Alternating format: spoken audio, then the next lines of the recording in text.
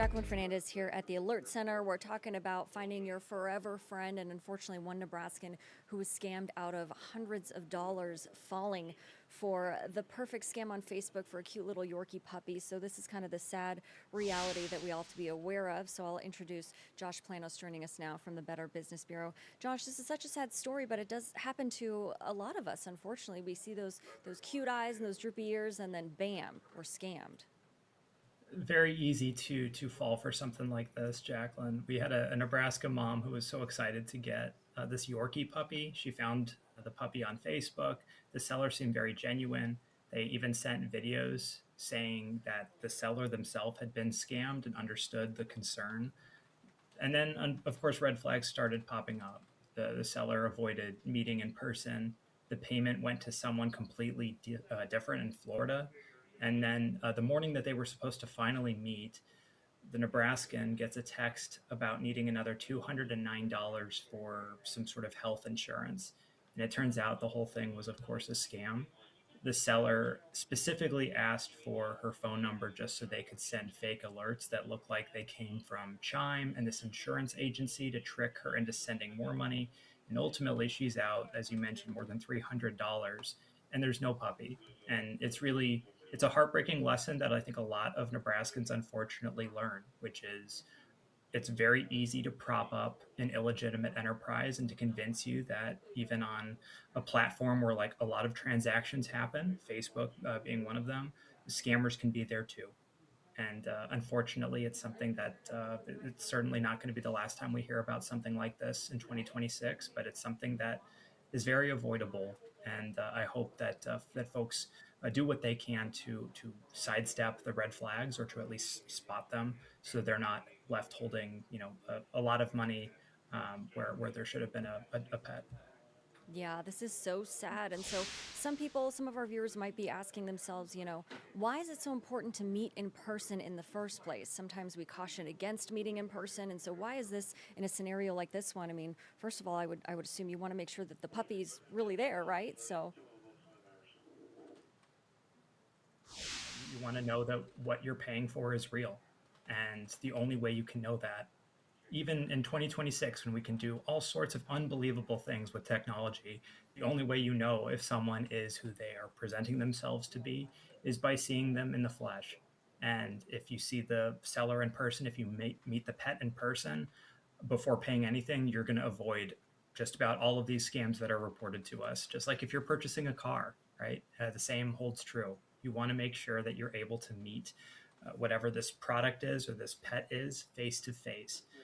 That would lead me and many like me to like animal shelters and places that are available locally, but even not, right? You can agree to terms and agree to meet up before providing any sort of payment. And unfortunately, where people get into hot water is they agree to provide payment, and then the compounding transactions start to occur, right? You're told that it's not enough to have spent or put a down payment. It's that there's all this insurance that needs to be held, and all of this transportation that needs to be accounted for. And meanwhile, it's not real to begin with. But if you know and you can meet that pet in person, you're going to avoid truly just about everything that is reported to us. yeah, I mean, that is so paramount, as you're saying. You want to, plus, I'd want to see my puppy too, right? Before you're kind of going through all these motions, without actually having the product in hand, so to speak. But it just seems kind of odd in this circumstance that the person, the Nebraskan who unfortunately fell for this, I mean, it seemed like a lot of red flags were presenting themselves before even the meet in person came about. So, like, there was one payment, then there was another payment, and then, oh, there's this other payment that came out of nowhere. Can you kind of speak to that series of red flags? Yeah, I mean, one could assume that like a down payment isn't, in and of itself a red flag, right? If that person wanted to know definitively that you were interested before they removed that listing from Facebook, you could understand why that might be part of the process. But typically, everything is agreed upon in fine print, and you agree to a contract ahead of time. Of course, when things happen and transactions occur on Facebook Marketplace, the transaction looks very different than it would if you were working through a breeder or working through a reputable business, Nebraska Humane Society, for instance. You would have all of that paperwork dialed in and accounted for before you provided any sort of handshake down payment. So anytime somebody is asking you for like an installment plan or a down payment, ask them to send over an actual contract. It seems Right. unlikely that if you're purchasing something on Facebook Marketplace that they're going to be able to provide that, but you're well within your right to ask questions, and you should ask questions before rather than after. You want to know exactly what it is that you're signing up for. Say, for instance, you don't even have Chime, right? That would be good to know on the front end. So asking Right. what the transaction method is very useful. Jacqueline, we talk all the time about not sending money through payment apps like Venmo, Zelle, Chime.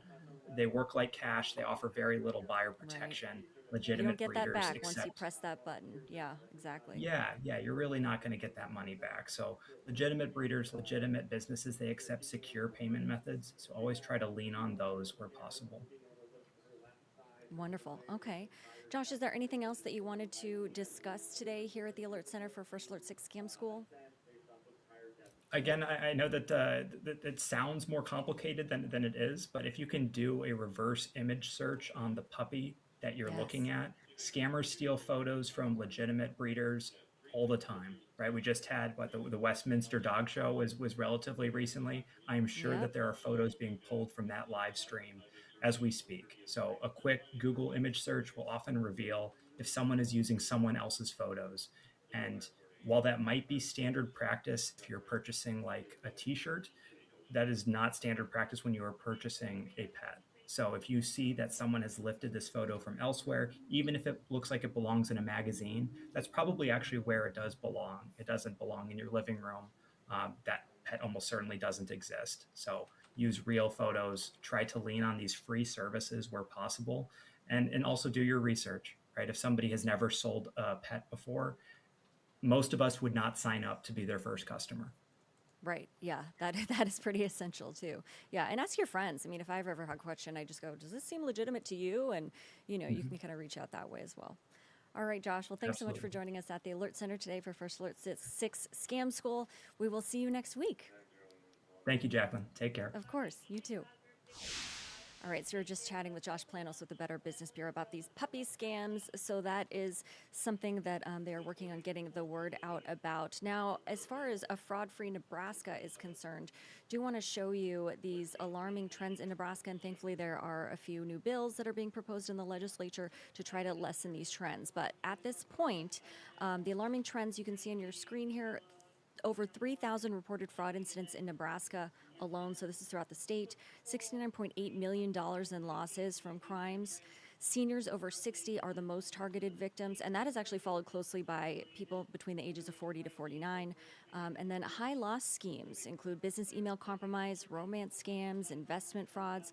The list goes on to include employment scams and tech support scams. And then at the end here, I put the true impact is even greater, and that's because many victims are afraid to report fraud, right? I mean, you might feel embarrassed or this could impact your reputation in some way. So this does unfortunately mean the true impact to Nebraskans is far greater than the numbers do show. So I do want to switch gears now and talk a little bit about what we have weather-wise. It's been a beautiful week so far. And today, not bad either. So today, a high of 48 degrees, and tonight, a low of 24. But today, we can expect partly cloudy conditions out there. And then tonight, those partly cloudy conditions continue.